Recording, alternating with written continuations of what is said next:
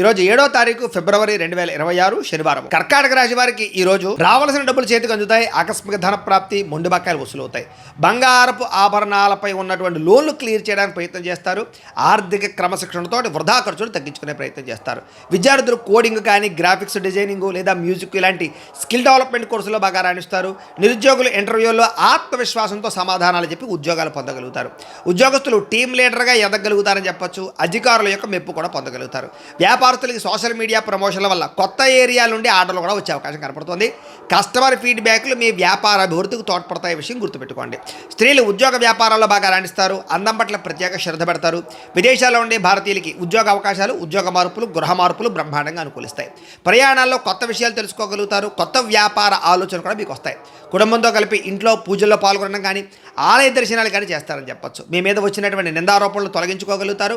ఆరోగ్యంగా ఉండడానికి, అందంగా ఉండడానికి మీ జీవన శైలిలో మార్పులు తెచ్చుకోగలుగుతారు.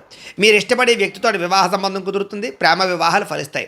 భార్యాభర్తలు ఇంట్లో సమస్యలు పరిష్కరించుకోగలుగుతారు. పిల్లలతో ప్రేమగా మెలుగుతారు. ఇళ్ల స్థలాలు, బంగారం మీద పెట్టినటువంటి పెట్టుబడులు ఖచ్చితంగా లాభిస్తాయి.